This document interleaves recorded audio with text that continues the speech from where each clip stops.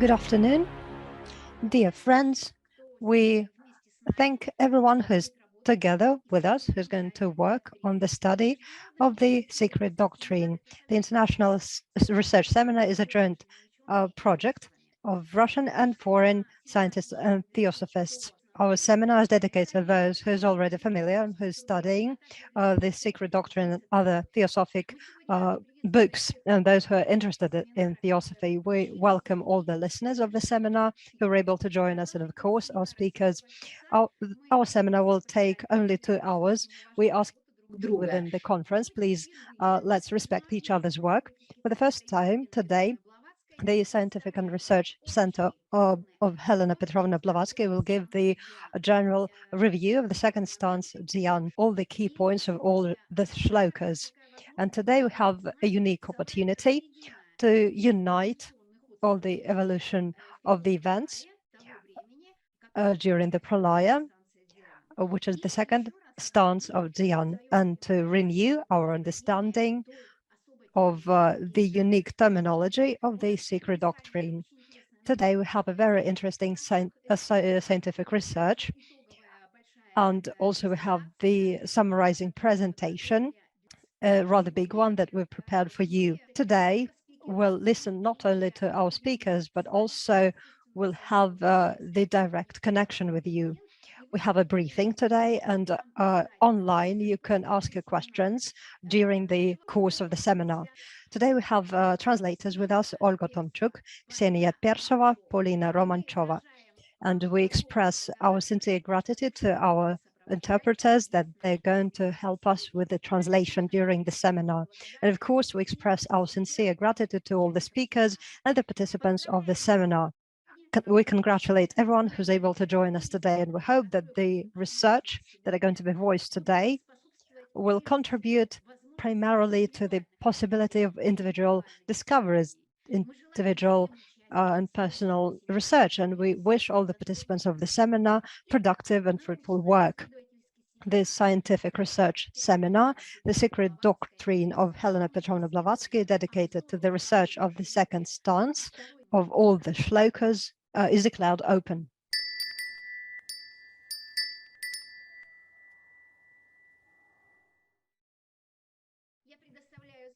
And now I give the floor to the head of the School of Theosophy, to psychologist Vladimir Yary. Good afternoon, dear friends, dear colleagues. We start our day, as per tradition, with the thought of the day that Helena Petrovna has given us, so that every day you would have the possibility to meditate with the understanding on what we're meditating on. The thought of the day is the following: he who knows not his own worth will never appreciate the worth of others. That is the thought of the day.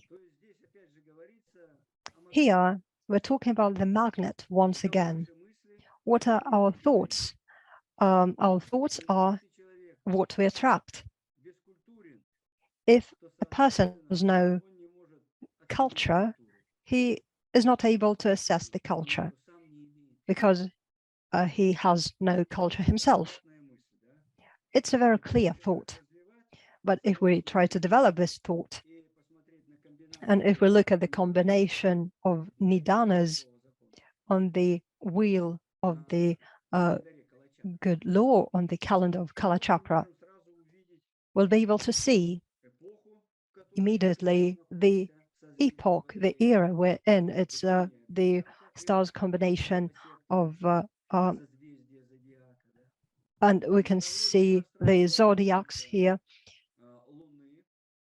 We can see the moon space. It's the Aquarius zodiac. What else can we add here? Right here, the new astral body of the human being is created. The epoch itself, the epoch of the beauty of thought, that symbolizes the blue monkey as a nidana. According to this beauty of the thought, we can transform the centers, we can transmutate them. The astral centers points within a human being. So we make the senses better. The body becomes more prominent due to the transmutation of the centers. As a result, these points, these centers work in accordance with the nature, or the higher nature of the human being. Responsibility, ceremonial nature contribute to the transmutation. In accordance with this transmutation, we have the influence on the physical body. The physical body gets the impact, and the body, the astral body, becomes more prominent. It starts to transform, and as a result, it received new physical forms. As for the sixth race, that's what the epoch of Aquarius is preparing us for. And we are now sowing the seeds for the new race. It's the transition to the new race. And during this process itself, the humanity of the fifth race is sowing the seeds for the sixth humanity.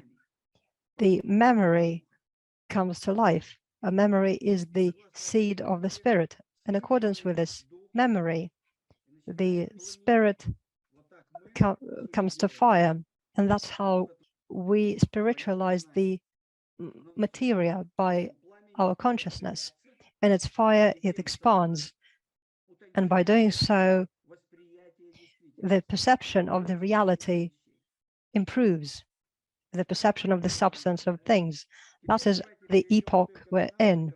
Let's move on to the combination that is created by the year, by the age, month, week, and day. The age is the age of the white dragon. It's the dragon of the completed wisdom. Why is it completed? The ether condensates. All the four elements are included. The ether is not an element itself. It's the condensate of the four elements. It's the regulator. It regulates the work, the operation of our spontaneous nature that balances everything. This is the characteristic of the white dragon. It's wisdom. It's the age of the white dragon. But the year is the year of the black tiger. The black tiger symbolizes the birth of the new human being, of a spiritual being, because it's the cluster of stars of Scorpio. And Scorpio symbolizes the womb of the nature, the mother of the world. And this nature gives birth to the new human being. The tiger symbolizes that, exactly that. Of course, it has some recklessness in it, and it should be characterized the following way. When we're able to get rid of recklessness, be free of it, we get better attention, better focus, we can concentrate better. That's what Putin recently said in his talk, in his speech. He said, he characterized the times. All of us need to be more concentrated. And this year symbolizes this possibility to concentrate both in our reality and in spiritual world. The month is the month of the yellow rooster. It's the year of silence. It's the silence of our clear mind. Also, it symbolizes the Logos, the teacher. The week is the week of the black hare, which symbolizes the next year. It's 2023. Black hair is the symbol of the next year. It symbolizes the initial original knowledge. But here's the problem. It's anger. And we can conquer anger only by wisdom. And I have another concluding thought. Today is the day of the white hare. It's and the white hare is the year that Yelena Blavatsky was born, and Sephirotas are born from ether. The white tiger symbolizes the Virgin, the mother of the world, or Sephira, and Sephira gives birth to the knowledge. or the substance of the learning ability. The learning ability is both the birth and the death. What used to be dies, and the new human being is born. That is Anupodaka. Those who are born without parents, an inner human being is awakened once the new ray of creativity appears, the consciousness comes to life, and a result, it gives a start to the learning process. That is Anupadaka, what's happening to each of us once we get the new knowledge. Human beings are born without parents on the level of the mind. So that is the combination. And in conclusion, I'd like to say what we should be like in accordance with this combination of nidanas. First of all, we need to be able to be united with everyone. Also, in the age of the dragon, we need to have the light of our soul and the warmth of our heart. These qualities need to be permanent. And this year, we need to develop our concentration and our attention, focus of attention. So these qualities, the white rooster that symbolizes the month, means that we need to express fairness. We need to have fair attitude towards everything around us. We need to understand the laws of fairness. The black hair, it means that we need to battle anger by wisdom. And today, the day of the white hair means that we use the ability to conquer everything. And that is possible only when the human being is spiritual and awoken. Thank you. Thank you very much. Thank you for presentation of nidanas of today. And now we have the clear understanding of direction and of the energies of today when we have our seminar. Of course, when our seminars occurred, the nidanas corresponding to the year of Yelena Petrovna Blavatsky birth, this is particular. These seminars are very special, and we hope that today we are going to see very special revelations and very special presentations. Dear friends, please welcome our next speaker, our partner and dear friend, Theosophist from the United States of America, California, PhD in Metaphysics, our dear Michelina Foster. Dear Michelina, we are ready to listen to you. These slokas all devolved to us from pre-cosmic formula motion, from the unknowable and the unmanifest into manifestation. They are truly not comprehensible in the terms of our present Earth-type humanity, bounded and limited as it is by our infant thinking processes. Those of us who strive and stress to our consciousness into realms beyond the brain-mind, dual thought processing, are sometimes gifted with a sparkle of intuition or insight, ever flowing outwardly from plane after plane of incomprehensible beingness. In Sloka 1, these planes are constructed in and by the luminous suns, the builders of the Manvantaric dawn. These great forces at this point are resting in a type of pralaya, perhaps light so intense that to the onlooker it would seem an unknown darkness. At the start in the stanza, they have not awakened to active state. Here they rest in latent bliss and the elusive silence of non-being. We of Earth have no means of establishing a baseline for comparison within our physical plane of experience. To understand these multidimensional levels of cosmic thought and beingness, try as we do, the shadowlands of our thought, as beautiful as they seem, are but fog-shrouded vistas of illusions and dreams. Sloka 2 asks, where was silence and where was sound?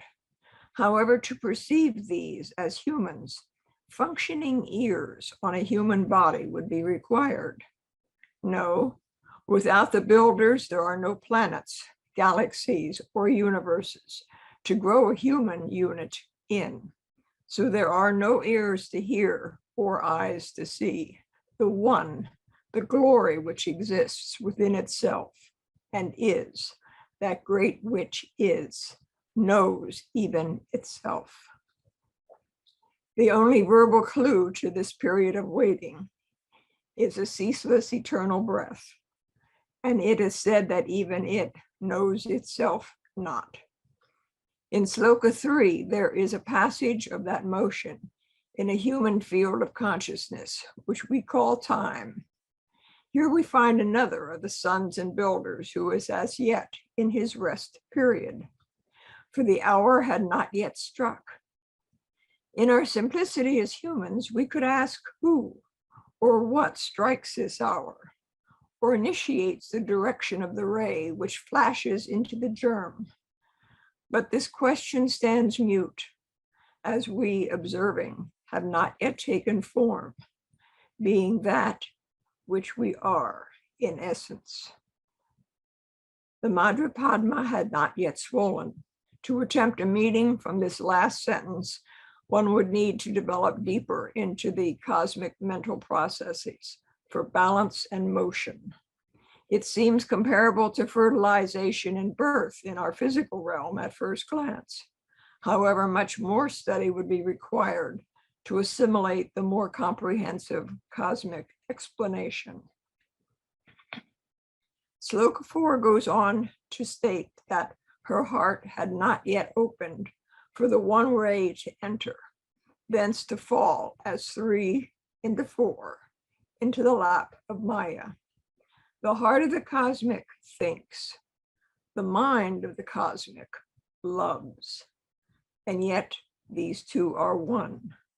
The light enters and light distillation, the reflection of the idea, the purpose carried in the light, begins to manifest within the substance of ideation, and materialization occurs. This, of course, after her heart opens to the entrance of the one ray. As manifestation begins in substance, movement, motion continues. Reflection after reflection, evolvement and something more occurs, which is not yet within our mental scope to comprehend. The three of the Trinity, will, love, wisdom, and manifestation, become the four of the square, the cube, the cross, referencing to the species of man suspended upon it, nailed and balanced at the crux, between time and eternity, spirit and matter. The pyramid with its triangular sides meeting at the cap and founded on a 4-square base displays this sloka. The lap of Maya contains many mirrors for the observer to recognize him or herself. Some are true, but most are, in our experience, distorted. We imagine, we dream, we fear, we love. We too begin to seek that first ray of light within the depths of our own being. We build on that motion of that which is non-motion. Illusion is created. Emotion is created. Karma is created. Beauty is created. And all are seeking balance. But the lap of Maya holds us securely within her boundless embrace of love, granting us growth potential. Sloka 5 states that the 7 sons were not yet born from the web of light. Darkness alone was father, mother. And these were also in the darkness. In the visual spectrum of humanity, there are 7 major colors, as in the rainbow. The overlap of these hues produced produces the beauty and the radiance found in all of nature. These colors on our planet are all born from one light, which we call the sun. It seems that these on the cosmic scale were, as Sloka 5 states, not yet born, for darkness reigned. Sloka 6 guides us back to the comprehensive idea that the two, the father and the mother, are always one. They are the one germ, and the germ is always one. It points us again to that essence that this seemingly dual-natured germ is always one, no matter what the number of manifested forms, suns, builders, forces, dimensions, or universes are seemingly created.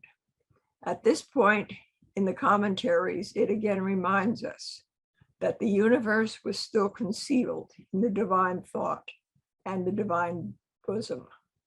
That which is light was hidden in love.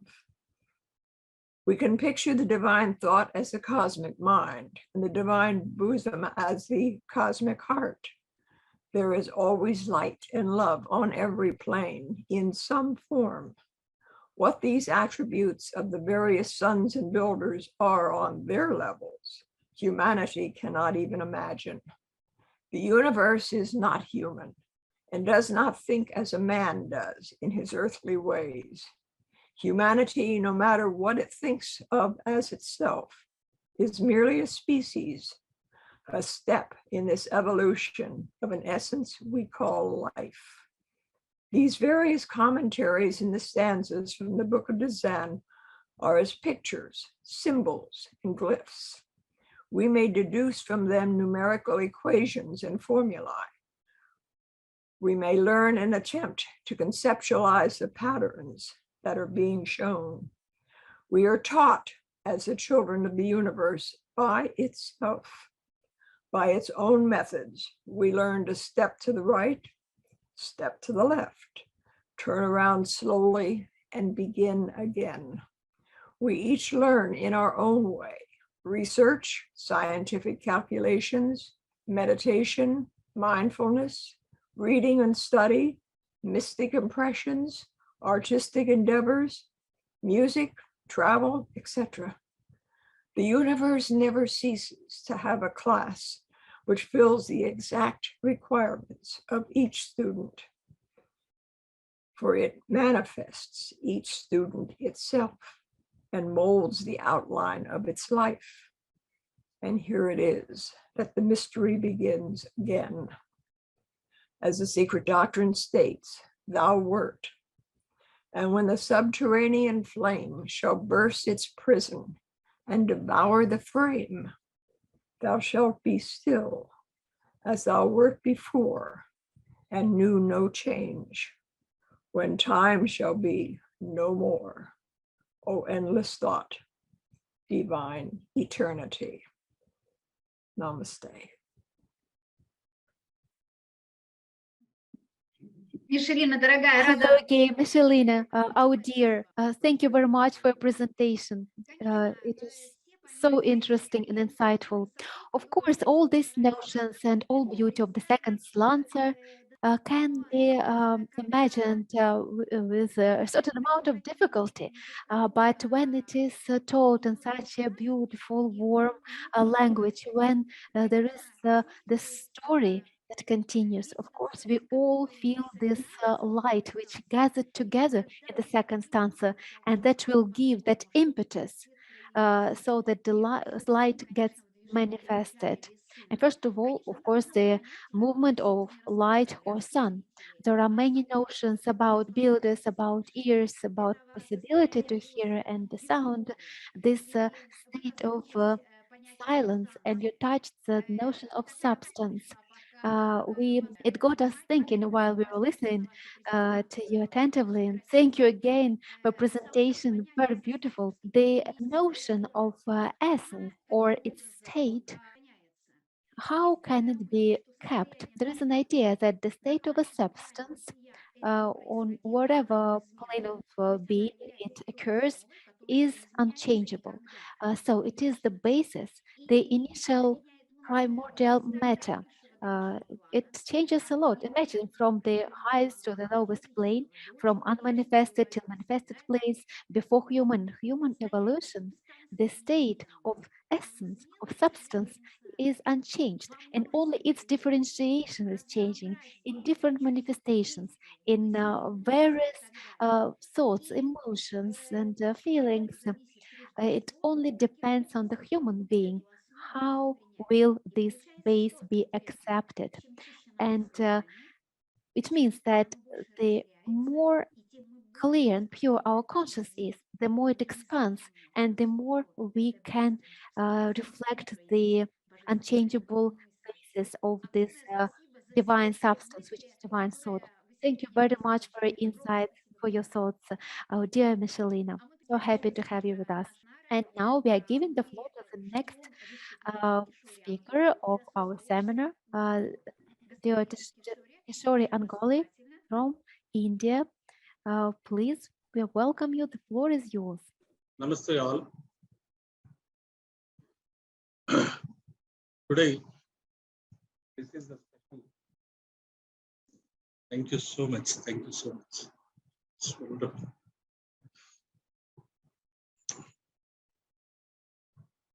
We are actually doing stanza 2 review.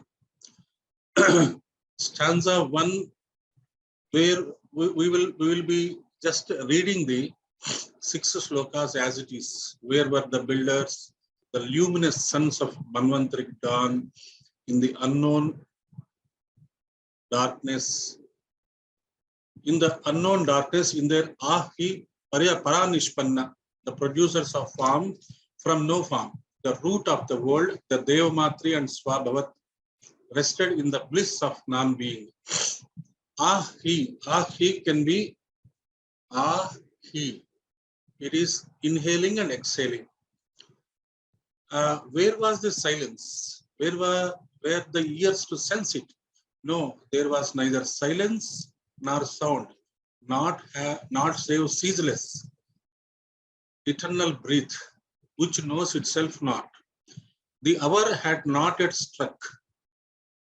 The ray had not yet flashed into the germ. The Matri Padma had not yet swollen. Her heart had not yet opened for the one ray to enter, thence to fall as 3 into 4 into the lap of Maya. The 7 suns were not yet born from the web of light. Darkness alone was father, mother, Swabhavat. And Swabhavat was in darkness. Swabhavat is the Mula Prakriti from which the creation has germinated. These two are the germ, and the germ is one.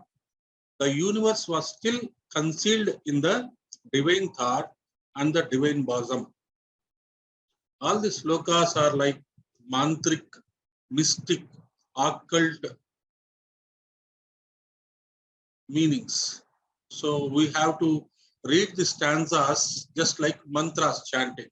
Then only we can understand the secret doctrine.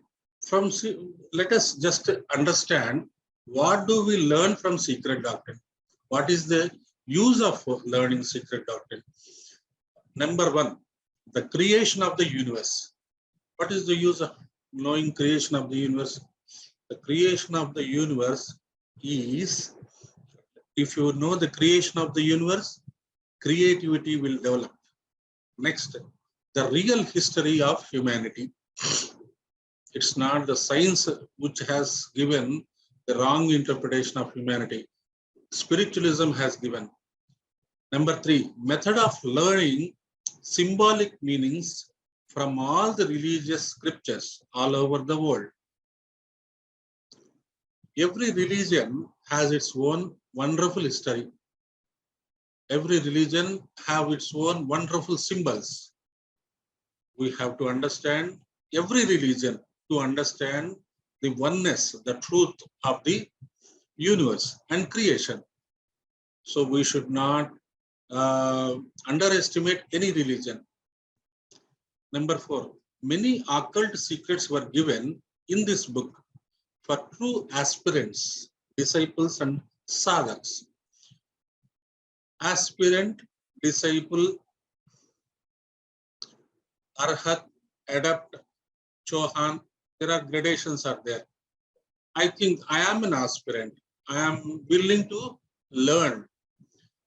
To become a disciple, it takes so many years. So we have to start our life with like an aspirant. Let us understand secret doctrine. To understand the secret doctrine, the reader should understand three important formulas. Asatoma Sadgamaya, Tamasoma Jyotirgamaya, Mrityorma Amrutangamaya. Lead me from darkness to light. Lead me from unreal to real. Lead me from death to immortality. This is a way of living we have to live to understand the secret doctrine. Secret doctrine is the essence, the theosophical, the essence of the entire creation, the anthropogenesis and cosmogenesis. Here, lift thy head, O Lanu, doused thou see, one or countless light above thee, burning in the dark midnight sky. The meaning is given clearly here. This is the one of the greatest things which we have to understand. The reality, the truth, the religion, the life. И здесь мы понимаем мысль, жизнь и материю. Yeah, okay. I sense one flame, O Gurudeva. I see countless detached sparks. Я чую единое пламя. О Гурудева, я вижу бесчисленное множество. Yes, from the lift, okay. I sense one flame, O Gurudeva. I see countless detached sparks shining in it. But even though you see many lights in the sky and the many lights of human souls, perhaps you can see that there is but one flame. When Annie Besant met Madam H.P. Blavatsky, Annie Besant asked how to do meditations. HPB says, do it to know it. 6 important abilities to cultivate, to understand secret doctrine. Number 1, control of sensory organs. Number 2, focused attention on what we are reading without any preconceived notions. Let your thinking be free and completely free. Number 3, visualization, imagination, and meditation on the topics mentioned in secret doctrine. Number 4, regular participation in group discussion with learned people about secret doctrine, avoiding controversial debates and keeping ourselves always happy. Number 5, understand that your body is a laboratory and the numbers 4 into 3 into 2 equal to 24 are very, very important to understand. As above, so below. Just like every particle of the universe is beautiful, every part of your body is beautiful and a miracle. Heart, brain, kidneys, intestines, etc. Number 6, as you sow, so you reap, and leading a life of service above self. Stanza 1, a small review. Stanza 1 explains the status of the universe before creation, non-being, by actually comparing with the creation or being. The two terms, Alaya and Paramartha, have been the causes of dividing schools and splitting the truth into more different aspects than any other mystic terms. The term Anupadaka, parentless or without progenitors. Saptarishis, the mind-born sons of Lord Brahma. Devahuti, sage Kardama, Muni, gave birth to 9 daughters and gave Kala to Maharshi Marichi, Anusuya to Atrimuni, Shraddha to Angirasa, Havirbu to Pulastya, Gati to Pulaha, Kriya to Kratu, and Arundhati to Vasishtha. The builders, the sons of Manvantrik Dawn, are the real creators of the universe. And in this doctrine, which deals only with our planetary system, they, as the architects of the later, are also called the watchers of the seven spheres, which exotically are the seven planets and esoterically the seven earths spheres of our chain also. Stanza 2, the hour, meanings of the words. The hour, a moment before first ray of creation. The ray, first aspect of creation. Germ, first germ sent forth by Matripadma. Matripadma, primordial mother sitting on a Padma or lotus flower. 3 into 4, 3 becomes 4. Maya, the veiled aspect of creation, which has to be unveiled to see truth. 7 sons, 7 Brahma Manasa Putras are 7 Sanat Kumaras. Darkness, status of the universe before first ray of light. Father, mother, electron and proton. Divine thought, first thought, the cause of creation. Divine bosom, the state of the universe before creation as the bosom of Devamatri. One of the symbolical figures for the dual creative power in nature, matter and force on the material plane is Padma, the water lily of India. The lotus is the product of heat and water. Fire standing in every philosophical and religious system as a representation of the spirit of deity. These two are the germ, and the germ is one. The universe was still concealed in the divine thought and the divine bosom. The divine thought does not imply the idea of a divine thinker. The universe, not only past, present, and future, which is the human and finite idea expressed by finite thought, but in its totality, the Sat, an untranslatable term, the absolute being with the past and future crystallized in an eternal present, is the thought itself reflected in a secondary or manifest cause. The supreme reality of Brahman or Sat is one, Ekam Sat, and indivisible, but it is variously described Bahuda Vadanti by the scriptures, seers, and scholars. Namaste. Thank you so much for giving me this opportunity. Mr. Kishore, thank you so much for the materials that you've presented, for the great presentation, and for your thoughts in this review. You were able to connect the main aspects of the first of the second stanzas, which was perfect, and we could build the whole bridge, the common line in the understanding of the first two most complicated stanzas, Dhyan, of the first doctrine. Thank you very much for paying attention to the characteristics that Yelena dwells on. And also you talked about the importance of studying the secret doctrine. We can say that Yelena Petrovna has made a great human deed, and she gave impetus to the whole evolution of the consciousness of human beings, because she gave a completely different understanding, fundamentally different understanding of the fundamental notions such as consciousness,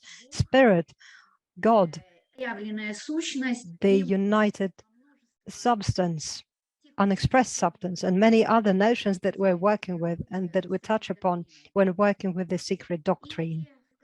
And here I'd like to express a thought on your presentation.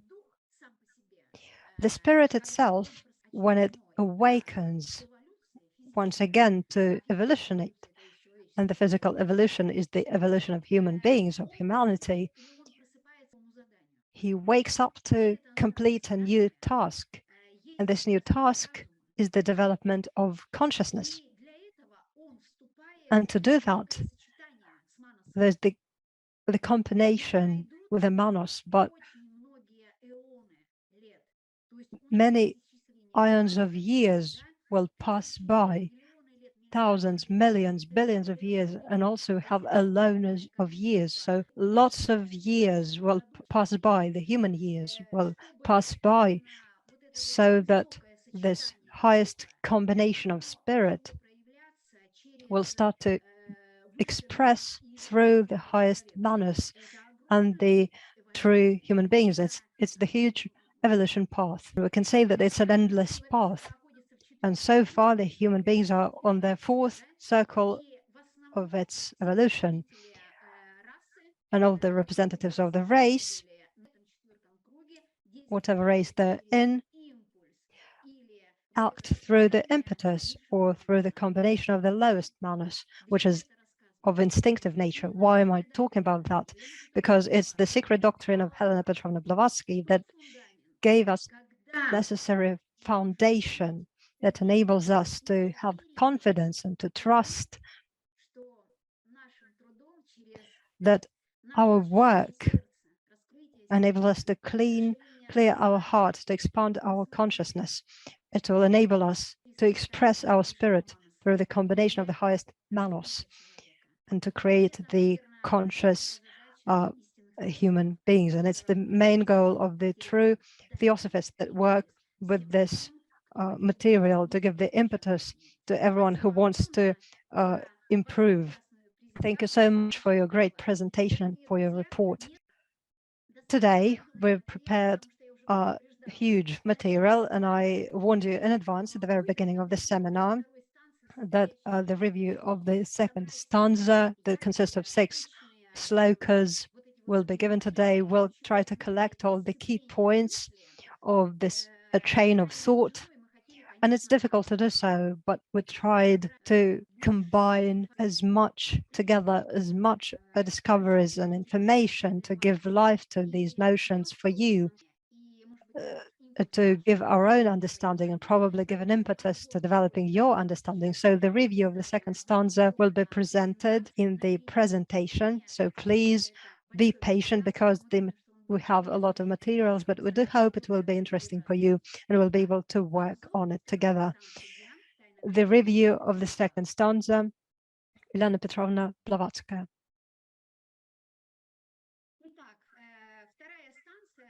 The second stanza, Sloka 1, is the following.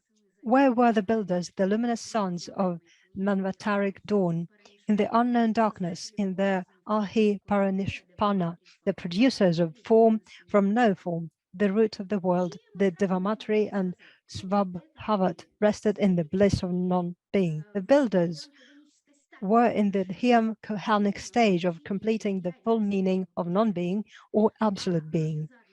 The radiant suns are the power of the rays of the dawn of Manvantara.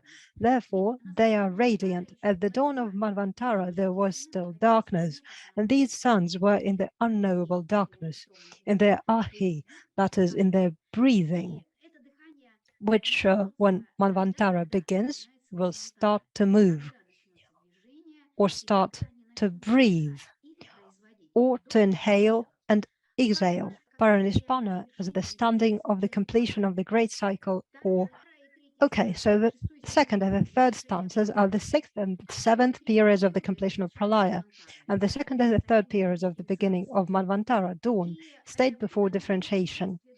The simultaneous action of two forces of completion and the beginning of a new cycle, Pralaya and Manvantara, merged into a single evolutionary state of potentially of attraction.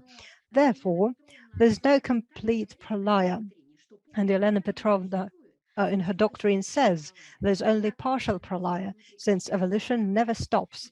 Therefore, in a cycle is a gradual dissolution and the beginning of a new one. The second stanza tells us about the first impulse of differentiation of the space of absoluteness, which will lead to the creation on the fifth of the planes of being, the plane of mind and creativity, the second logos of the creator. The seven-ray star, the builders, Devamatri, the root of the world, and Svabhavat are the essence of this potentiality. All that rested in the bliss of non-existence. We're talking about the nirvana, the plane of prototypes. The second stanza of the first sloka, when we combine and get the sum, we'll get 3. There's a thought. When the union of the 3 is accomplished, then each of the 3 is reflected in 2, and each of the 2 manifests itself in every third and constitutes one in him. Svabhavat is the spirit and the essence of substance. The second is the root of the world, Devamatri, and the third component is the radiant suns, builders. They're creators of forms from non-forms. They are Ahi Paranishpana. By this way of formation, or by these states, the fettering embrace of Maya, personality, is eliminated. When the 3 merge into a single state of space, this is the triple key. The triple key, the key point of the sloka, enables to remove Maya's shackling embrace. Elena Ivanovna Yary said that this is the force that controls the world, and love is the power that rules the world. Everything that is done for its sake has the power of world law. Be pure and let love flow through you like a scent flows from a flower. Make a firm and unwavering decision to become an expression of love and willingness to help wherever you can do it. Let your life be a ray of joy for everyone else. It gives transparency as a ray. It is like a white ray that is impossible to measure. And then the darkness, the cold and the hot and the heat and the God and the devil, everything is a thought that is within mind. The only mind that understands itself as I. It is expressed in each of us right now, and it is the white light in all its colors and feelings, something that we cannot see in each other's. We've already forgotten how to recognize in our neighbor, loving us all as himself. Love, Svabhavat, beauty, the root of the world, Devamatri, and knowledge, builders. These are the names of the 3. While they rested in the depth of non-existence, but a cycle will come when they begin to manifest, and it depends on a person to preserve the transparency of each of them. This is the key point of the first sloka of the second stanza. The second sloka says, where was the silence? Where the ears to sense it? And Elena Petrovna in the stanzas answers, there was no sound, no ears, not save ceaseless eternal breath which knows itself not. What does it mean? It means there was nothing but for eternal breath, not knowing itself. That is, the universe was in a dream, in a slumber, and to awaken or remanifest when the dawn of a new Manvantara calls it into it. This is what we call the existence. In this spirit, there was only one eternal breath. It was indestructible because it never stops. It begins like the breath of the Absolute, then becomes the divine breath that gives an impetus to the vibration of sound and arises sound, and only then word, and then hearing, then speech, and the one who is able to hear this all and the whole variety of sound is a person. And after the absolute breath has become divine and given this impulse, it returns again to the absolute. Cosmogony goes through this way. Therefore, infinity cannot understand finiteness, since the continuity is never interrupted by anything and never. The breath of one existence is continuous. Spiritual aspect of cosmogony is the breath of the one existence. The material aspect of cosmogony is the movement. And now we see through the planes of existence how this reflection occurs. We can say, call it the Trinity, and how the spiritual or unmanifested becomes manifested. And here we can see how it manifests. And the one infinite element is the space outside any dimensions in all senses, which it can only exist, which means continuity. So indestructible matter and perpetuous movement, which is the breathing of the one single element. And this is how, in this concept, we may divide three concept moments or points of the stanza. The first point is the continuity exists together with the space or coexist with it in indestructible matter. The second is single eternal element, space outside dimensions. And number three is perpetual movement, which is the breath of the one element, the absolute movement. The breath never stops, even during the pralaya, eternity. And when this thought, when the first has its reflection or connection with the second or third, how it happens? The second merges with the first and third, and the third merges with the first and second. And this is how this combination happens, this combination that creates other forms by its primary form. Let us have a look at the planes of existence, how it all happens. You can see this infinite duration, single eternal element, and perpetual movement, and their merging.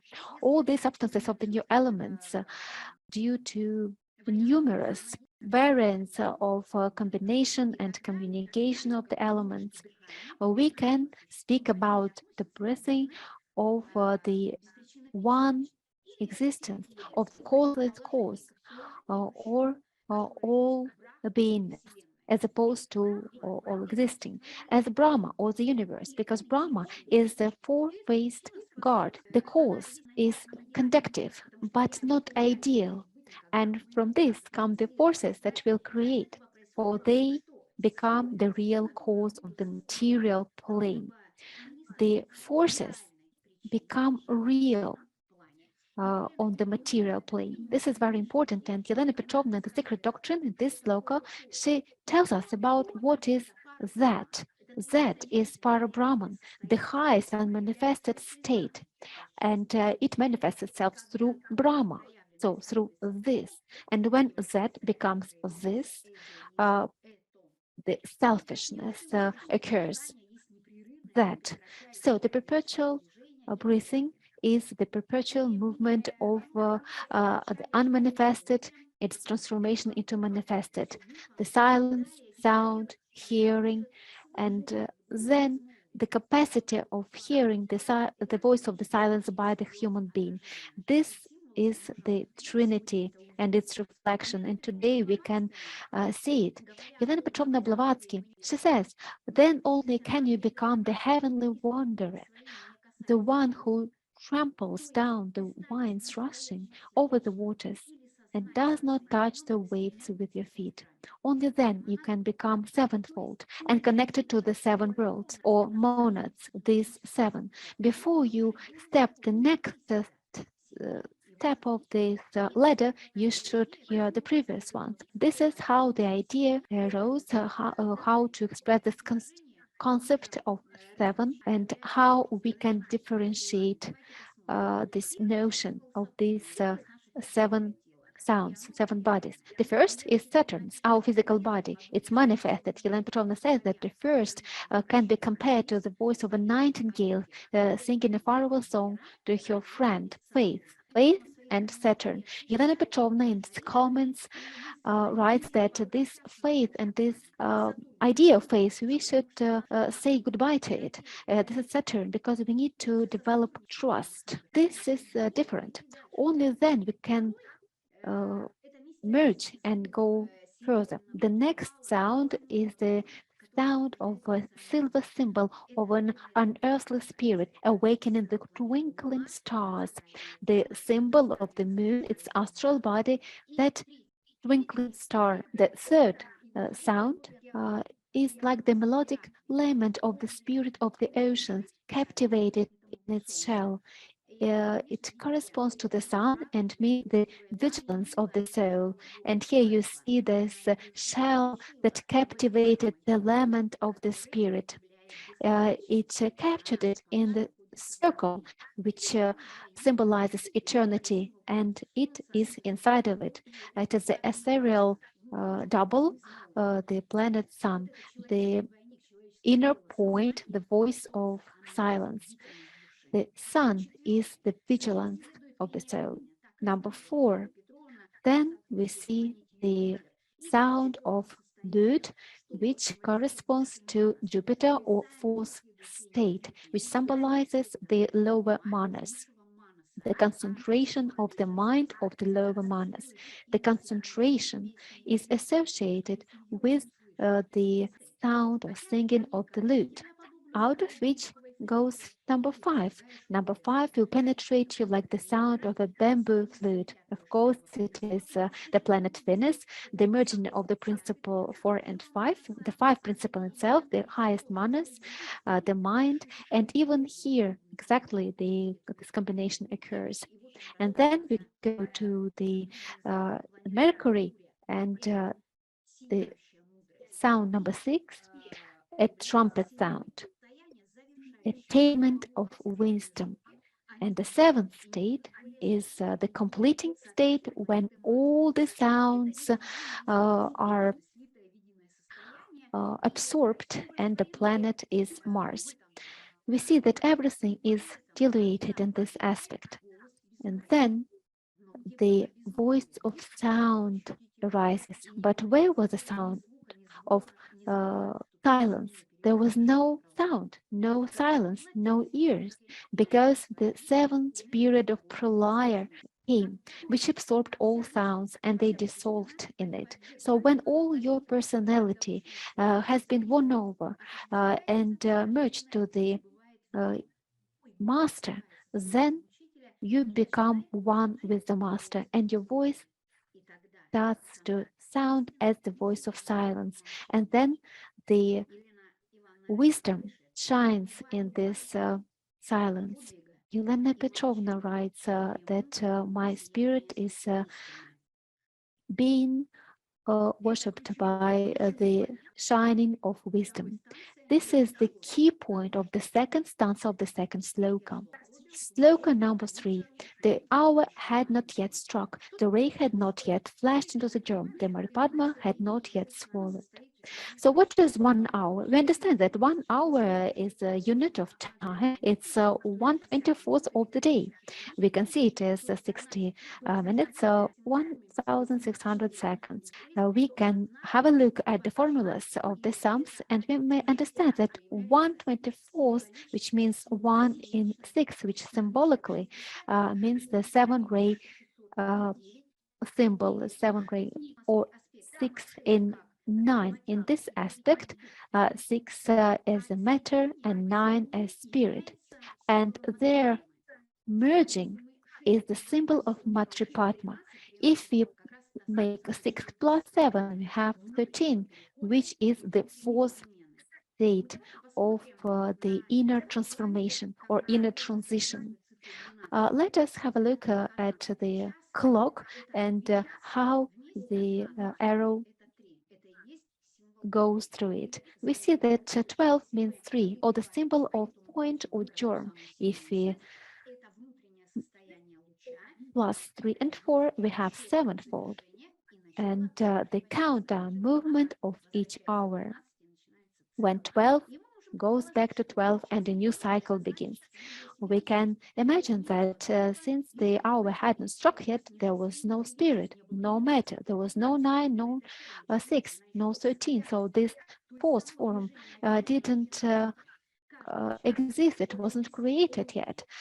We see here the merging, the number 6. So there was no time. The hour hadn't struck.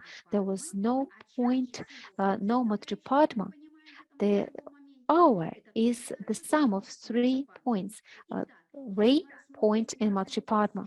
So if we study it in the context, dot or point in the circle, it is unmanifested logos, yet the triangle is manifested logos. We understand that monad never manifests itself, as Pythagoras said.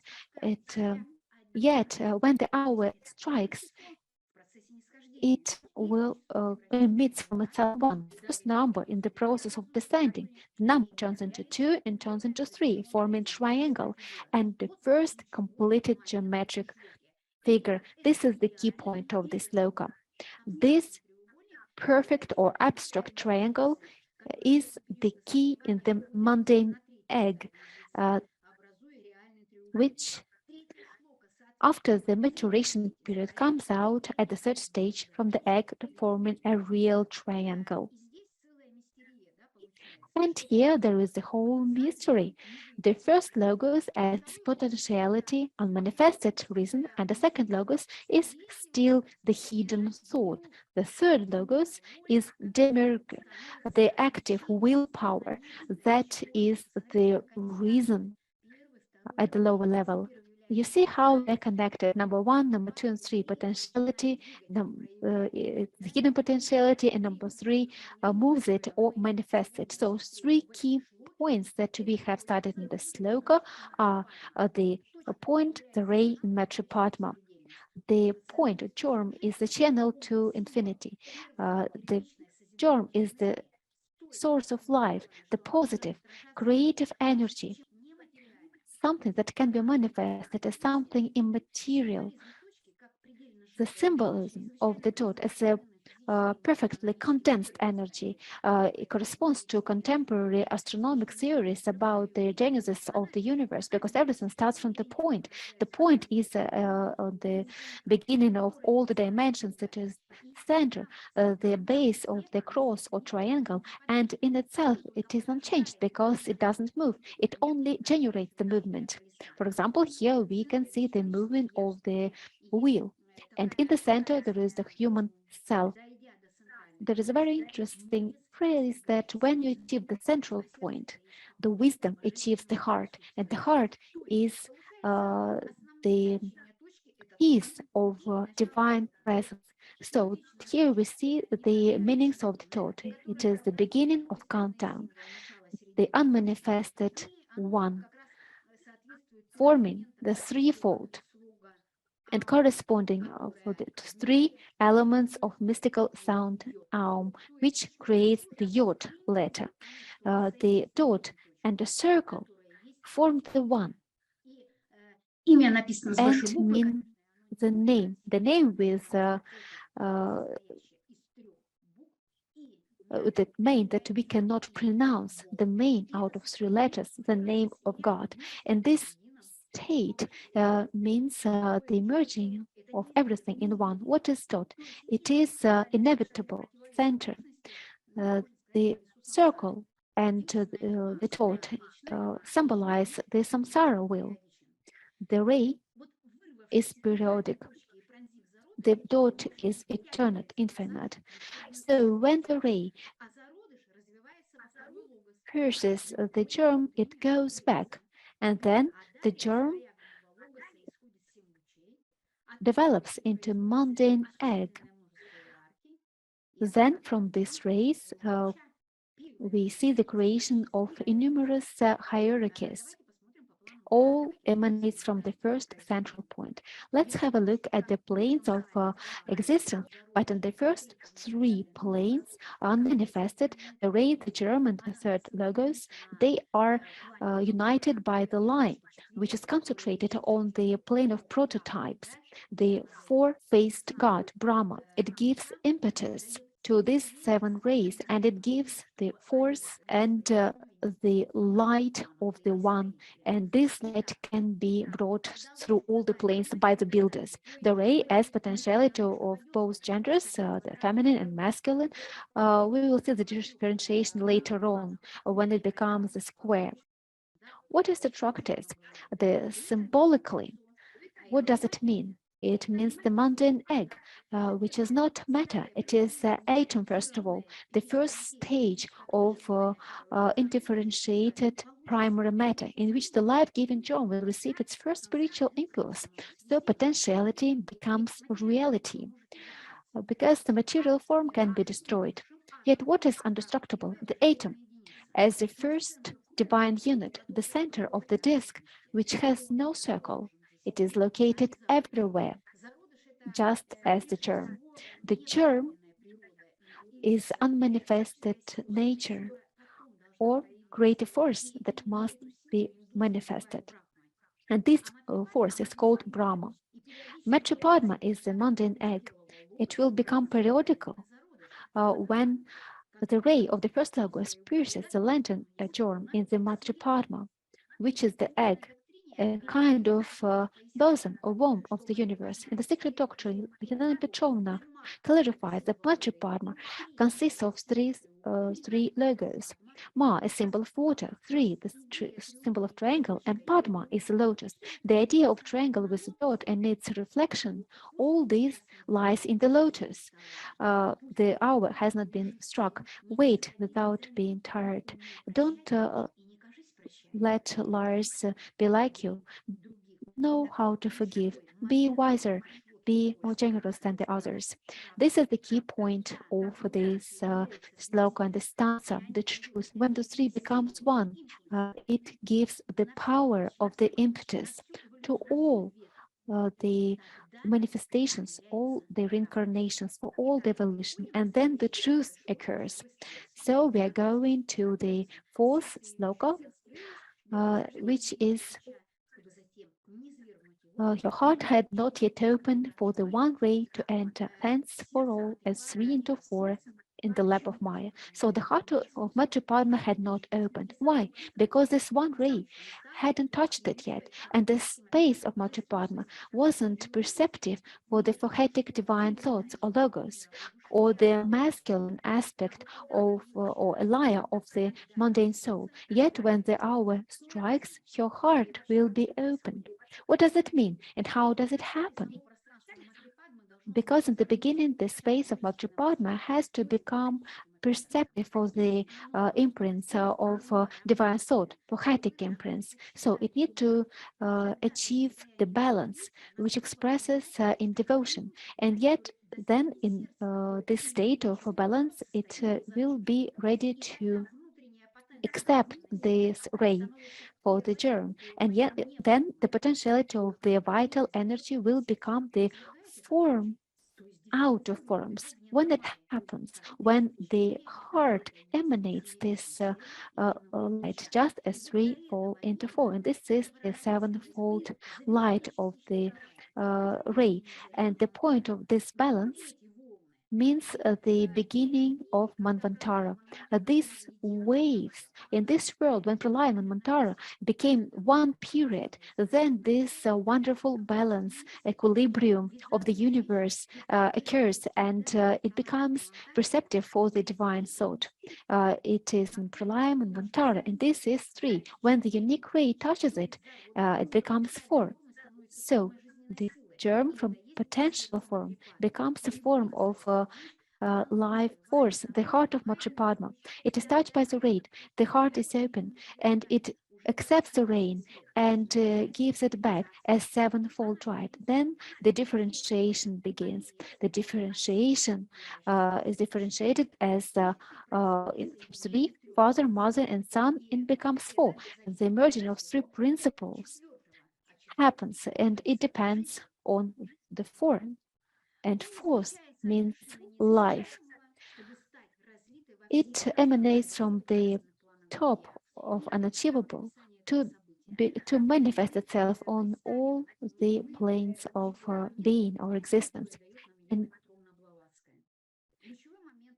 so the key point of the sloka number 4, describes the fourth state of the joy. fourth is the symbol of the universe. It's the first one.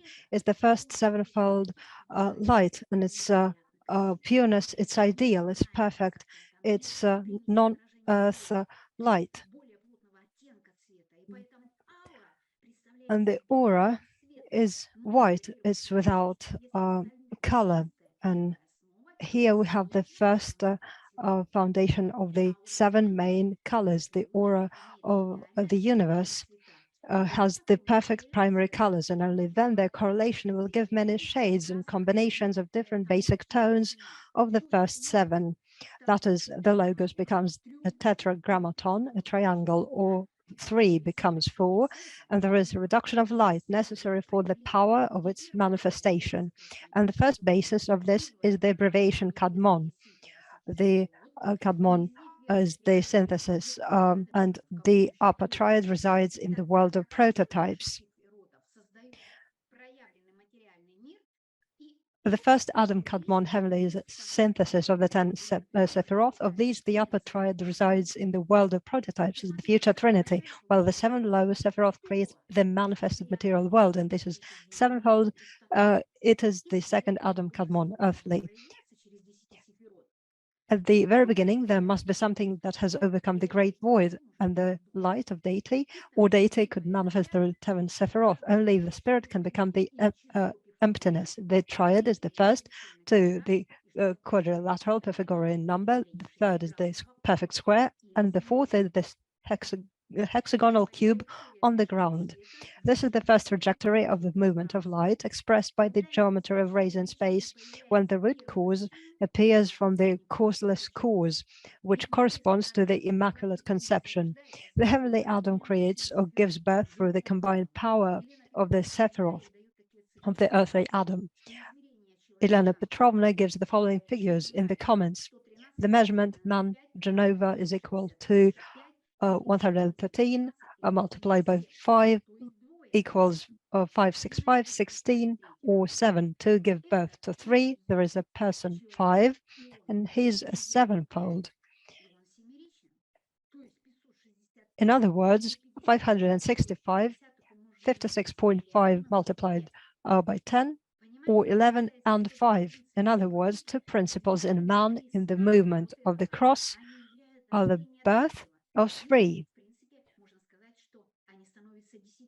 or they become 10, or the full expression of ray. It turns out that there is a form and not a form. There is an external and internal. There is a combination of this and the birth of a force of movement or manifestation. As soon as the 3 merge into a single state, this ready state is ready to manifest into a force or the form. The deity manifests through 10 Sephiroth, a decade, the 4 units, and 3 twos. Look how it happens. We have the 2 units, and we have 3 twos. According to the planes of being, the 7 Sephiroth on the planes of manifestation, the data manifests through 10 Sephiroth. We can see the decade, the 4 units, and 3 twos. That is 3 fall into 4. 3 into 4 is this sevenfold. It symbolizes the movement or logos. This is a transition into the form of the movement of light. Movement 3 and 4 takes place on every plane of being, showing the sevenfold nature of each plane. As soon as the sevenfold of each individual plan is collected, the next plan appears. The plane of the spirit is beyond forms, the plane of prototypes, the plane of mind and creativity, the subtle and the physical plane. That's how it happens, this great interconnection of the third state. And only in its sevenfold, it gives impetus and gives this force of expression. And as a result, we have the triangle nature on each plane. Elena Petrovna, in her comments, mentions the Pythagorean triangle as an expression of this idea. 3 fall into 4. Let's look at variants of this idea. The Pythagorean triangle corresponds to the planes of being. 3 fall into 4. Each of these sides of the triangle, 3 fall into 4. You can see them. There's each side of the triangle, each corner of the triangle. They all fall into 4. And this is the form of the movement of light. 3 fall into 4. And light is the ultimate truth. It arises when a person's limited feelings disappear. And that is why Elena Petrovna says, until the knowledge of the supreme truth or the absolute existence comes to the rescue, until then the astral light will be the limitation, will be the seducer of man's limited senses. When the heart opens, only then the knowledge as the absolute existence of the supreme truth can be recognized by the higher ego, which leads to the liberation of Maya. And then the astral light ceases to be a seducer as the limited feelings of a person disappear. And then the astral light shines with its pristine purity on the first sevenfold. Her heart has not yet opened up for the introduction of a single ray, then to cast it like 3 into 4 into the bowels of Maya. The heart of the Matu Padma did not open because a single sevenfold ray did not penetrate into the germ. But when the ray pierces in the germ will bring down the power of creative power, or sevenfold, life-giving force into the bowels of Maya. This is the key point of the 4th sloka of this second stanza. We move on to the 5th sloka. The 7 have not yet been born from the web of light. The one darkness was the father, mother, Swabhavad, and the Swabhavad was in the darkness. 7 have not been born yet from the web of light. In the beginning, there was darkness. When space changes its structure, web and light will appear. That is a denser state, which will be able to manifest the first force of the impulse or the manifestation of the first 7. It is the state of the united darkness. This is the state of one darkness when there was a single state of the first 2, father and mother, of spirit and matter. The spirit didn't separate and didn't begin its movement. There was pralaya. And it wasn't ready to the first movement of light. The impetus was in the darkness. There was no reflection, no correlation, no refraction. The web was still in the process of being created. As soon as the web acquires an ideal structural surface, then the first reflection of light will be possible, and it will be complete or perfect. The movement of the fire lies in the principle of light. Nothing will outstrip the light, for it is supported by jets of omnipresent fire. Only the absolute darkness merges with darkness, and the absolute light merges with light. The distance between them is so great that it's measured by the concepts of absolute non-existence and absolute being. And just imagine, the darkness merges with darkness, and the absolute light merges with light. And the distance is the non-existence and the absolute being, and just between them, there's the human being. The purpose of the goal of the human being is to gather the light within himself in order to enter and merge into the absolute light. All thoughts, feelings, and moods of a person are closely connected with light's color scale. There are thoughts and feelings and moods of gold, pink, silver, brown, gray, red, and black. Black thoughts or feelings of hatred do not give light at all. The irresponsibility inherent in people leads to the disfigurement of space with gray, black, blood red, brown rays of their dark consciousness. People are responsible for the cleanliness and the beauty of the space, and its best purifier will be light and colors of a positive scale. They are harmonious and luminous. In the rainbow, you can see their basic tones. The area of light and colored rays is very extensive. What connects the state of a person's consciousness or its expression of thought with the radiation of light? These are human eyes. It's known that the color of a person's eyes does not change all its incarnations. The color of the eyes, namely the shade of the iris of a person determines their character. An organ that has the ability to perceive electromagnetic radiation in the light wavelength and provides the function of vision. Inside the eye is the retina. It is on it that the image is projected as on a film in a camera. It consists of photoreceptors and nerve cells. The data received by the retina is transmitted by the optic nerve to the brain, where the picture we see is already being formed.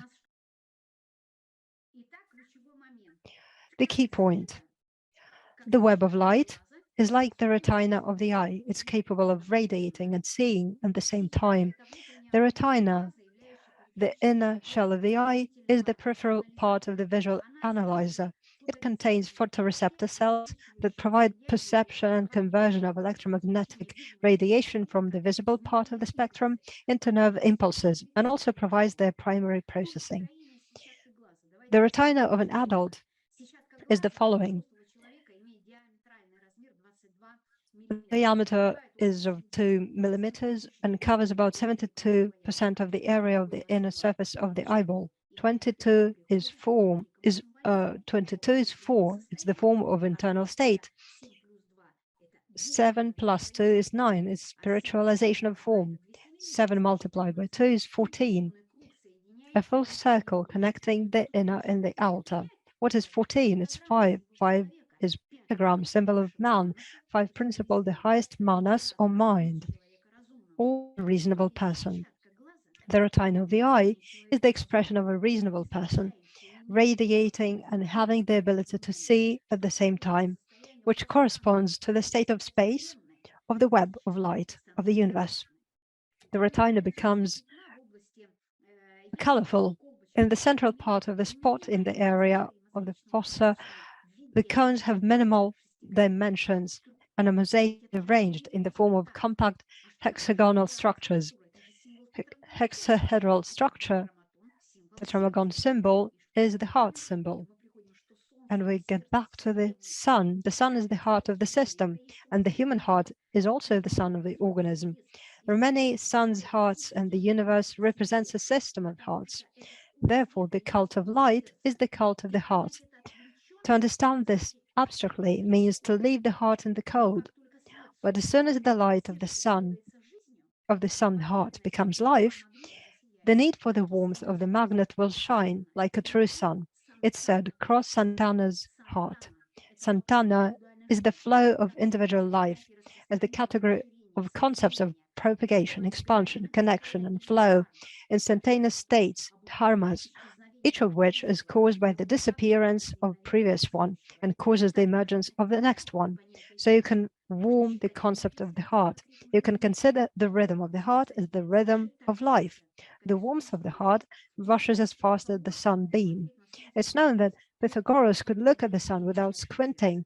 That is, he had the greatest heart. His retina is the conductor of the heart centers, merged into a single manifestation of the sun ray from the web of spatial light. The key point of this sloka is that the sunbeam is the sevenfold light. The fifth sloka of the second stanza is 5 plus 2 equals 7. 7 have not been born yet from the web of light. The seven suns are the creators of the planetary chain of our universe. Svabhavat is the plastic entity that fills the universe. Svabhavat is the number of the universe in the totality of souls and its composition. Svabhavat numbers are 1 and 9. 1 is the one spirit, and 9 is 3 and 6. Three primary colors or 3 planes of the spirit of extra form. A ray is a ray of light or the spirit passing through souls and animating them. The web of light is the spirit that fills the space. 7 is the 7 rays. There is isomerization of the radiant nature of the 7 inside, 7 outside at the same time manifest, and a logos or movement appears. If we look at the planes of being, that's how the logos are created. Logos 1 manifested is the potentiality and manifested cause. The second logos is manifested is still a latent thought. The third is the demiurge, the creative logos, the cosmic logos. It's the Mahat, the cosmic materia. It's also Mahabhuti, demiurge, or builder, the divine force that built the universe. That is the same as the universal mind, the first creation of Brahma or himself. They are the spirit, the soul, and the body of the universe. Here is the demiurge. You're able to see it. It's concentrated in Buddhi, embodied only in Manas, and there the spirit, soul, and the body of the universe. The area of the circle is black, and the dot in the circle is potentially white. After piercing the germ, the ray is drawn back inside this point, and the germ develops into the second logo, triangle inside the world egg. 1. The potential point, stage 1. 2. Stage 2. 3. Stage 3. Logos 3, unmanifested, or Logos 1 manifested. The 7 rays. Let's have a look. The point, a line or 2, the line passes into the surface, forming 3, and tetrad of 4 if you put a dot under it. That is the whole picture, and we can see the cross. The vertical line includes 4 squares, and the horizontal one includes 3, as a result of which 6 faces give us the number 7 principles or 7 Pythagorean properties of man. In other words, the logos becomes a tetramagon. The triangle or triple turns into 4, or vertical 4 intersected with horizontal 3, thus a 6 cube forms a 7, an expanded cube, 7 principles. These 3 are spirit, will, and mind, animating the 4 lower principles. The square becomes a cube when each of the vertices of the triangle doubles, dividing into male and female aspects. And the Pythagoreans said once a unit, then twice 2, and hence a tetrad, with the same highest unit at the top. It turns out a pyramid with a base having a tetrad is the plan. The divine light descending on it creates the abstract cube. The 6-pointed star, the 7 suns, are the creators of the universe. And man in several systems was considered as the third logos. The third logos is the demiurge, the creator, and the logos, the manha or mind, the builder, the divine force that built the universe. A person who possesses intelligence or creative power that builds his consciousness and brings awareness of light closer becomes the true creation of Brahma. 7 have not yet been born from the web of light. The one darkness was the father, mother, Svabhavat or Svabhavat was in the darkness. There was no third logos, sevenfold in its enter, the prototype of Manas or man. We move on to the next one. And we go to the 6th logo. These 2 are the germ, and the germ is 1. The universe was still concealed in the divine thought and the divine bosom. And these 2 are the germ. What are these key points out of 3? The first, the divine womb, the divine thought, and the third, the universe. So 3 main components of any sloka are the identification of the cause. The divine womb is the place of development of the universe. The thought is the rain, sun, movement, the merging of father and mother. It has to give birth to itself, that is, to manifest or begin to start moving in the space of this womb.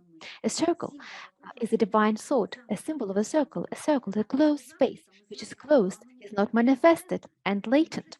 The divine thought must separate the circle or manifest itself, becoming a penetrating ray. But it passes gradually in this period of pralaya. 7 covers of matter or mother pass to reach the germ of the one. 7 stages, 7 veils, 7 periods, 7 cycles from concealment to or full circle to its manifestation as a ray.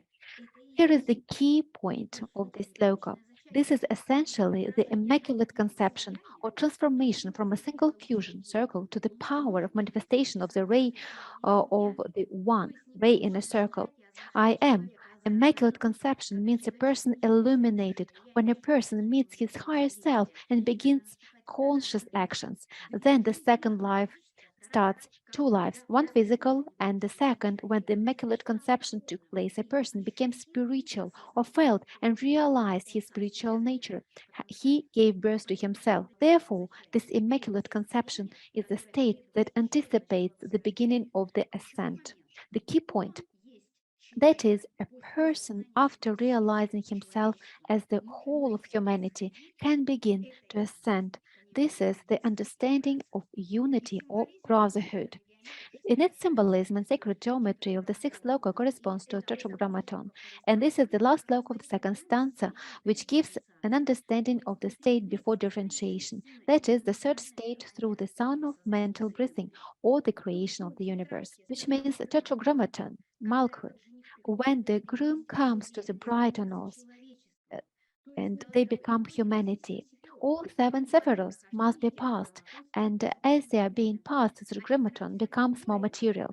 Tetractys of Pythagoras is the tetractys of the invisible monad, which creates first point, second point, third, and then returns to darkness, eternal silence, the voice of silence. Tetractys is the first logos. At the level of matter, it represents the lowest or of a physical or material person. The key point of the sloka, stanza 2, these two, mother and father.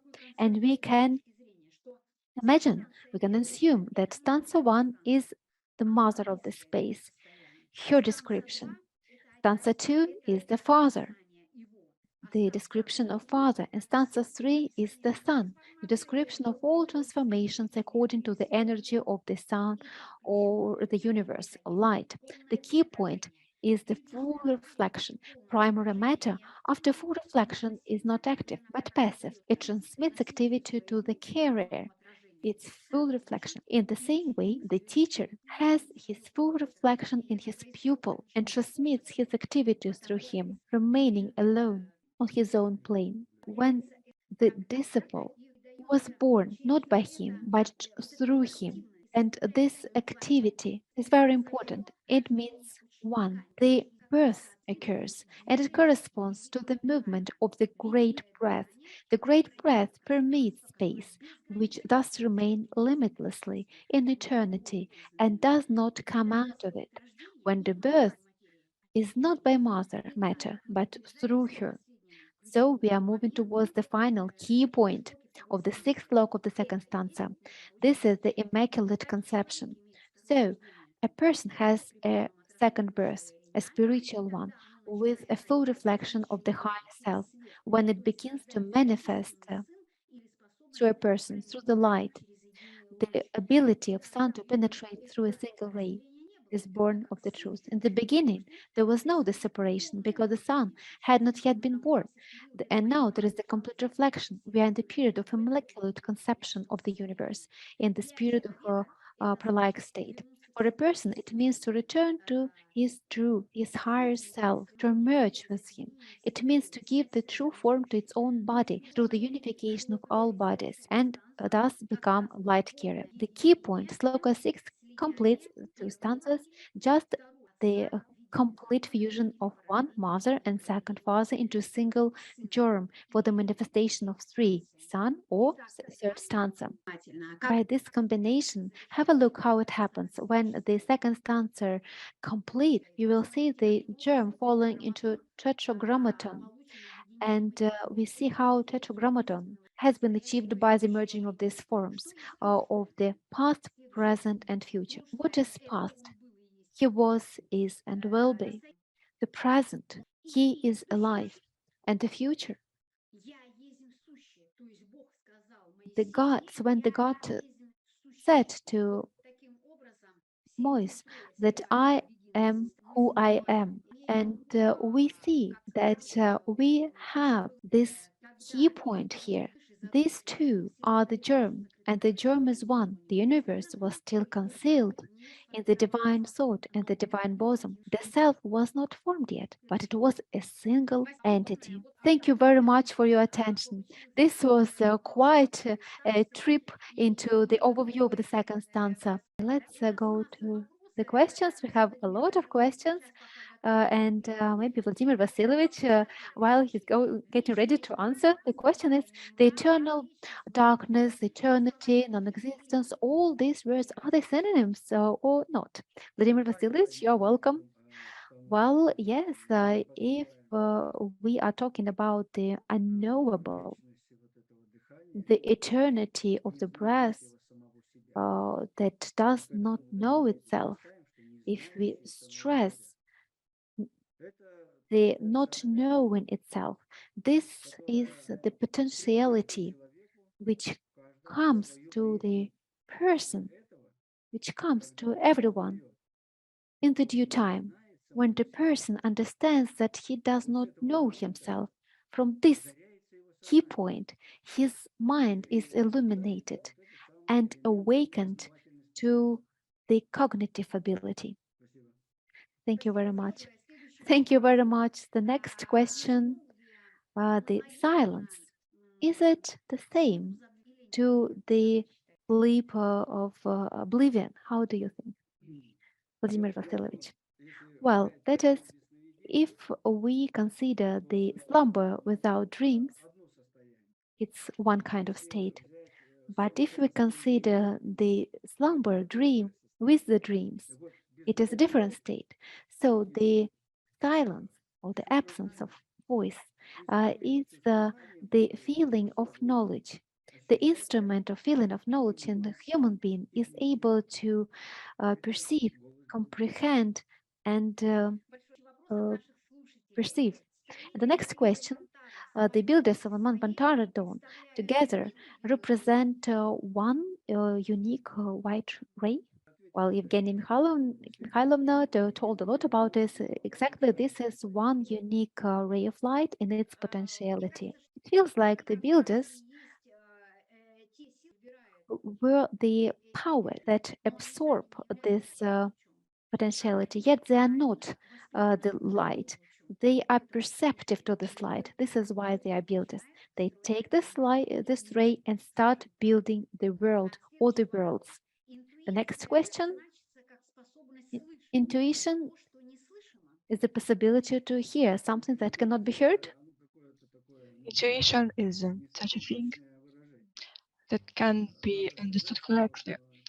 I must say that the sense of knowledge, it's your instrument that allows, that you need to develop, like you develop your bridge between the higher and lower realm and Nishvamas, because it's a bridge in itself. And when we develop our personality, that's when we can understand the higher truth that helps us to orientate ourselves in this life. But of course, I want to note that the ability to hear is your ability to sense and understand at the same time. Thank you very much. Michelina, a question to you. The ray of sunlight, is it a synthetic ray, a ray of synthesis? Light, the light itself is a great white light. And however it passes through whatever level of substance, it becomes tinted or hued with that substance. Like the light within each of us, as it passes out, it becomes tinted by perhaps our personality, if we're angry, if we're happy, if we're joyful, that light will sense out. So all the lights that are around us are reflections of that one light that is within us and is within the entire essence of creation that we understand. Does that help? Мишелина, огромное спасибо за ваш ответ. Thank you, Michelina. It was very wonderful. The next question comes to Kishore Ongole. Kishore, I hope you are here with us. Please tell us two roles of Manvantara in Pralaya. Manvantara, after Manvantara, the whole universe merges into Pralaya. Pralaya is the last stage after Manvantara. And in the Pralaya, all the souls go into sleep. Just like every day, every night, we go to sleep. And next day we wake up. Till we wake up, we don't even know where we are, what we are, how we are. If we are in deep sleep, we just can't know where we are, what we are, and how we are. And after waking up, we feel that I am Kishore, I am in India, I am a banker. So this is how the Pralaya, all souls are in a sleep state, complete sleep state. Pralaya happens after Manvantara. 14 Manvantras, 14 Manus. Manu is not exactly an Indian word. Manu can be anybody. Yeah, thank you. Кишоре, большое спасибо. Thank you, Mr. Kishore. So about the laws of Manvantara and whether they are active in Pralaya. The answer is, in Pralaya, there is no activity, no action. Everything there is in its potentiality, in its latent state. That's why the Manvantara laws cannot act in this stage. They are hidden. But when Manvantara begins differentiation out of latent state, they will start to manifest according to the cycle or evolutionary cycle or movement. What is very interesting is that today we are talking about Mahata, the higher mind, about the state of the human being. We have gone through the whole second stanza, all six slokas, which give the web, this fabric to achieve the third state, the monastic state. What is very interesting that monastic entity does not get destroyed even when the Mahvantara ends. At the end of it, at the end of Mahavantara, as Yelena Petrovna writes, all the gods are absorbed. The monastic entity does not get destroyed. It only starts to manifest itself again out of the para-Brahmanic latent state at the beginning of Manavantara. This is a very important point, which may be called the key point of the whole secret doctrine, the whole 2 volumes of it, cosmogenesis and anthropogenesis. Because if we talk about the concept that we have revealed, that the first stanza is the state of the mother, second stanza the state of the father, and the third stanza the state of the son, the fourth is the form, and then this movement of the seventh components of the planes of being exist in the system of Kalachakra, differentiation and descent. If we take the first volume of the Secret Doctrine, the second volume of the Secret Doctrine, we will understand that the first volume is cosmogenesis, the mother of all, and everything, all 7 stanzas in it defines all the future life movements or torrents of the future monastic entity, which does not get destroyed, never, even at the end of Mahavantara. The second volume of the Sacred Doctrine, Anthropogenesis, it tells about the life. It gives life to form. The Father gives life to form by its impulse, and then the human composition starts and Celsius when 3 falls into 4. And this system is wonderful. It gives the fundamental basis of the understanding of the secret doctrine, the system of the planes of genesis or existence that correspond to Kalachakra system, and the opening of the pureness of the heart. That points are given in Agni Yoga teaching, the apotheosis of the whole Mahatma teaching, because then and there the principles and their bringing to life are described. in ourselves, how we as human beings should strive to the perfection. Dear friends, unfortunately, our time is up. Thank you very much for your questions. If you haven't had time to answer all your questions, we'll be absolutely glad to answer them in our Theosophical quiz, and we will broadcast it, we'll publish it in our YouTube channel. It is very interesting, and we pay attention to every single question of yours. We thank our technical support. We thank our dear speakers for their presentations, all of you who stayed with us till the end, for your attention, for your uh, active participation, and for all your questions. We see that questions are still arriving through our Q&A section. Please share your feedbacks, your comments, your thoughts. We will stay connected.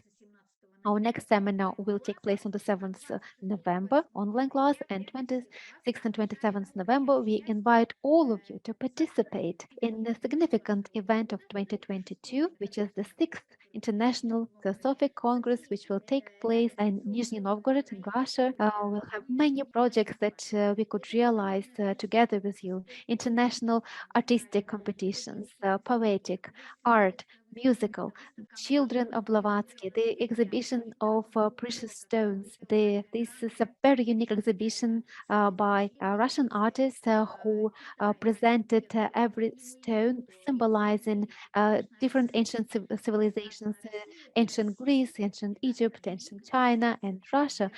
Russia, the heart that absorbs the pain of all world when now we see this very difficult situation that we pass through, but we believe that the loving heart will be able to endure all the evil and all the problems.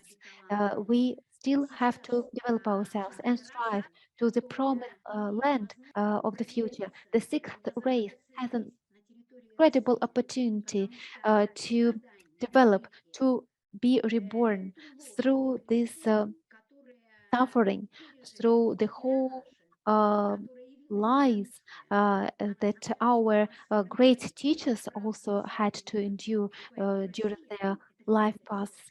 And now we see it happens nowadays, and this loving heart will be the impulse for the whole humanity and will give the impulse to the whole evolution of humanity for many, many centuries. Thus, one of the stones that Viktor Pasterkov will bring to the Congress will be shaped as a heart with symbolic facets symbolizing the secret doctrine, this great heart that absorbs the pain of the whole world. When the heart is pure, it can absorb the pain of all the world and transform it into great joy, into pure light.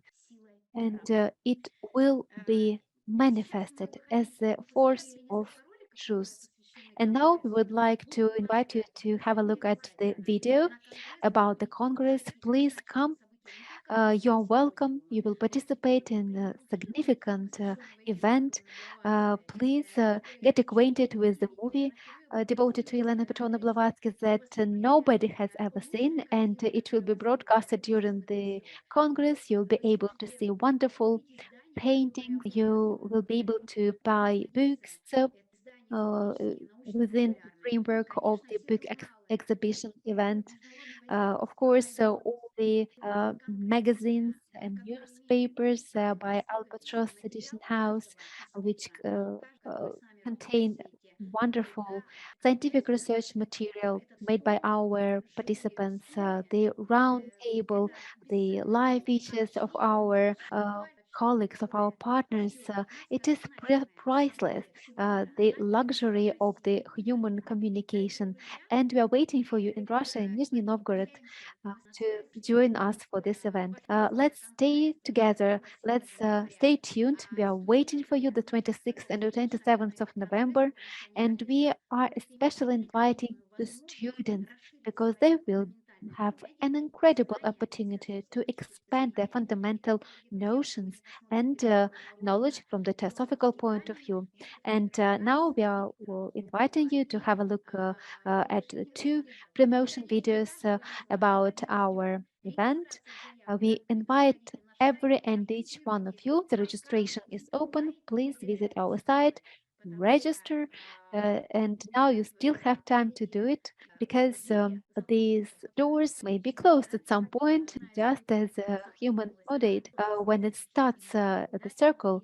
It was closed at 666 million, and then got an infiniteless differentiation of the human evolution. Just like this, any notion, any event has its ending. So while the doors are open, please catch this opportunity to study the fundamental knowledge, to be to be the pioneer of the event and participate, leave them in your hearts, and be with Russia's light and love to you all. We love you. See you soon. We're sending you our best wishes and waiting for you in our next online class and the Congress. Goodbye.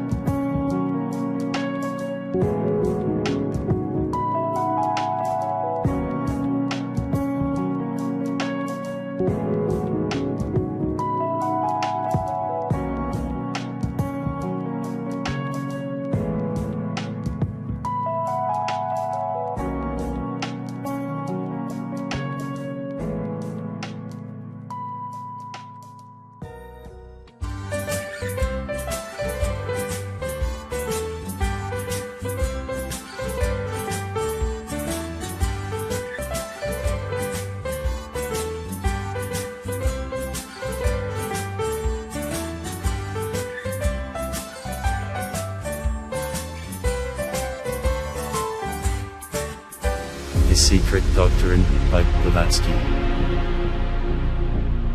Dedicated to all true Theosophists. Book of the Third Millennium.